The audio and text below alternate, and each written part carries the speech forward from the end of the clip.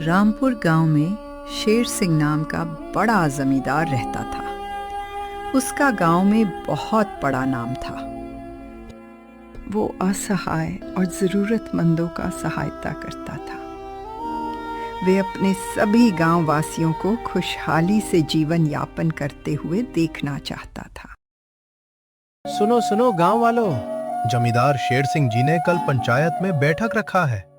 सभी गांव वासियों को आमंत्रित किया है। कृपया सभी लोग बैठक में कल उपस्थित हो जाइएगा। अगले दिन बैठक में सभी ग्रामवासी उपस्थित हो जाते हैं। मेरे प्यारे गांव वासियों, आप सभी का इस बैठक में स्वागत है। इस बैठक का मुख्य उद्देश्य हमारे गांव का विकास, अच्छा खेती का कार्य और बच्चों के लिए अच्छी शिक्षा की व्यवस्था, साथ ही गांव के सभी माताओं और बहनों का सम्मान भी जरूरी है।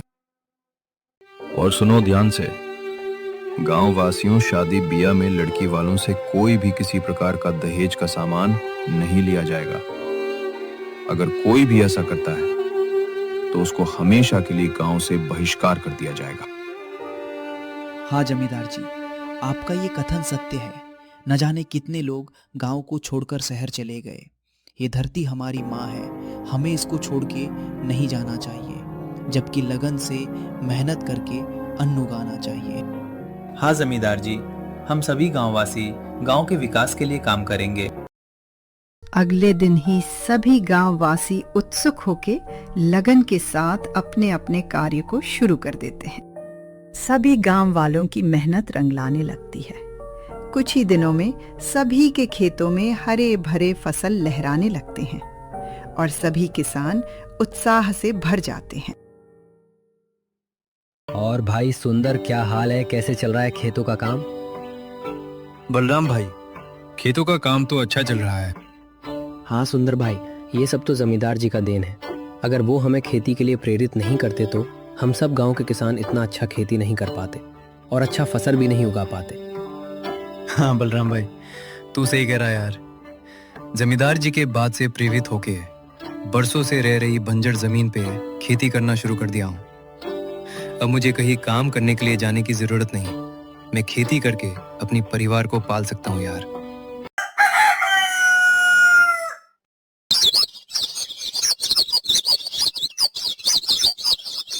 अगले दिन उसी गांव का जगन नाम का किसान घर के बाहर खड़े होके अपनी पत्नी को आवाज लगाता है। अरे सुनती हो? कितना समय लगाओगे बाबा? जल्दी आओ, हमें देरी हो रही है, जल्दी खेत जाना है। आ रही हूँ जी, बस 5 मिनट। दोनों पति पत्नी आपस में बात करते हुए एक साथ खेत जाने लगते हैं। ममता, हमारे खेत में इस साल पिछले साल से बहुत अच्छा फसल है। देखना, इस साल मैं अधिक मुनाफा में फसल बेचूंगा। हाँ जी, ये सब जमींदार जी के कारण हुआ है। अगर वो बैठक में सभी गांव वालों को नहीं समझाते तो ये सब नहीं हो पाता। गांव की सभी तरफ जमींदार शेर सिंह का प्रशंसा होने लगा। दूसरे दिन जमींदार शेर सिंह गांव के रास्ते होकर अपने खेत जाने लगता है और चलते चलते सोचता है, अरे, मुझे मालूम नहीं था मेरे एक बात से इतना सारा बदलाव आ जाएगा। गांव के सभी लोग जागरूक हो जाएंगे। मैंने कभी नहीं सोचा था। धीरे धीरे दिन बीतता गया। उस साल रामपुर के सभी किसान की फसल में बढ़ोतरी हुई। सभी लोग अपनी अपनी फसल को मंडी में अच्छी दामों पर बेच दिए। कुछ दिनों बाद जमींदार शेर सिंह के द्वारा पंचायत में एक बार और बैठक बुलाया गया। मेरे प्यारे किसान भाइयों, जिस तरह हमने जोर शोर से, मेहनत से, लगन से खेती किसानी में उपलब्धि पाई है, मैं चाहता हूं हमारे गांव या आसपास के क्षेत्र में शिक्षा के स्तर को बढ़ाने के लिए भी कार्य करें। हम सबको अच्छी शिक्षा नहीं मिली तो क्या हुआ? हमारे आने वाली पीढ़ी को अच्छी शिक्षा का अधिकार मिलनी चाहिए।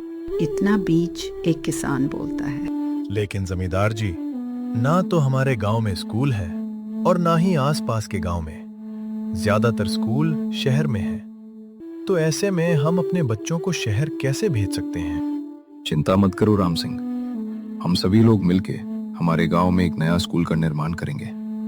तो ऐसे में हमारे गांव के तथा आसपास के गांव के बच्चे भी पढ़ सकेंगे। अगले ही दिन रामपुर गांव में स्कूल बनाने का काम शुरू हो गया। सभी गांव के लोग मिलजुल कर काम को आगे बढ़ाने लगे और कुछ ही दिनों में वहां स्कूल बन के तैयार हो गया। अब बच्चे भी वहां पढ़ाई करने जाना भी शुरू कर दिए। अब हमारे भी बच्चे पढ़ लिख कर होशियार बनेंगे और अच्छे नौकरी करेंगे। हाँ बलराम भाई, अब गांव में कोई भी अनपढ़ नहीं रहेगा, सभी बच्चे पढ़े लिखे बनेंगे। गांव में सब कुछ ठीक चल रहा था। इधर किसान खेतों में मेहनत लगन के साथ खेती करते और बच्चे भी खुशी खुशी स्कूल पढ़ने जाते। लेकिन कुछ दिनों के बाद जंगली हाथियां बड़ी ही तादाद में गांव की तरफ आने लगे। गांव में तोड़ फोड़ मचाने लगे, साथ ही गांव में अफरा तफरी मचने लगा।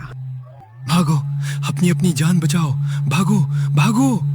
सारे हाथी गांव से खेतों की तरफ जाने लगते हैं। खेत पहुंचते ही सारे फसल को बर्बाद करने लगते हैं। सारे किसान डर के मारे अपने फसल को हाथी से बचा नहीं पाते हैं।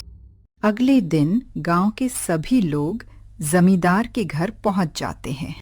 क्या हुआ किसान भाइयों, क्या परेशानी है? जमींदार जी, न जाने जंगली हाथी कहाँ से आ गए हैं। गांव में तोड़ फोड़ मचा रखा है और हम सभी किसानों का सारा फसल बर्बाद कर दिया। घर में खाने के लिए एक अनाज का दाना तक नहीं है। एक एक करके अपनी समस्या बताने लगे। चिंता मत करो गांव वालों, इन सभी हाथियों को जंगल में भगाने के लिए मैं कल शहर जाकर फॉरेस्ट डिपार्टमेंट से बात करूंगा। तब तक तुम सभी किसान मेरे पास से अपने लिए अनाज लीजा लो। सभी किसान जमींदार शेर सिंह के पास से अनाज ले जाने लगते हैं। बुरामू, तुम गाड़ी स्टार्ट करो, हमें फॉरेस्ट डिपार्टमेंट ऑफिस जाना है। जी मालिक, अभी करता हूँ। जमींदार फॉरेस्ट डिपार्टमेंट ऑफिस जाने लगता है। क्या हाल है शेर सिंह जी, बताइए कैसे आना हुआ? क्या बताऊं साहब जी, जंगली हाथिया कुछ दिनों से हमारे गांव में बहुत ही आतंक मचा रखा है। सारे गांव वालों का घर तोड़ दिए, सभी खेतों का फसल बर्बाद कर दिए। खाने के लिए किसी के पास भी अनाज नहीं बचा। गांव वाले बहुत ही परेशान हैं। चिंता मत करो शेर सिंह जी, आज ही मैं रेस्क्यू टीम भेजता हूँ। वो लोग सभी जानवरों को पकड़ के दूर जंगलों के अंदर छोड़ देंगे, जिससे दोबारा वो जानवर नहीं आ पाएंगे। फॉरेस्ट डिपार्टमेंट का रेस्क्यू टीम तुरंत गांव में जाकर सभी हाथियों को पकड़कर दूर जंगल के अंदर छोड़ के आ जाते हैं। गांव वालों, डरने की जरूरत नहीं है। अब ये दोबारा गांव के अंदर नहीं आ सकते। इन सभी हाथियों को जंगल के काफी अंदर छोड़ा है। तुम सब निश्चित होकर घर जाओ और अपना अपना काम करो। गांव के सभी लोग खुशी खुशी घर चले जाते हैं और अपना अपना काम शुरू कर देते हैं।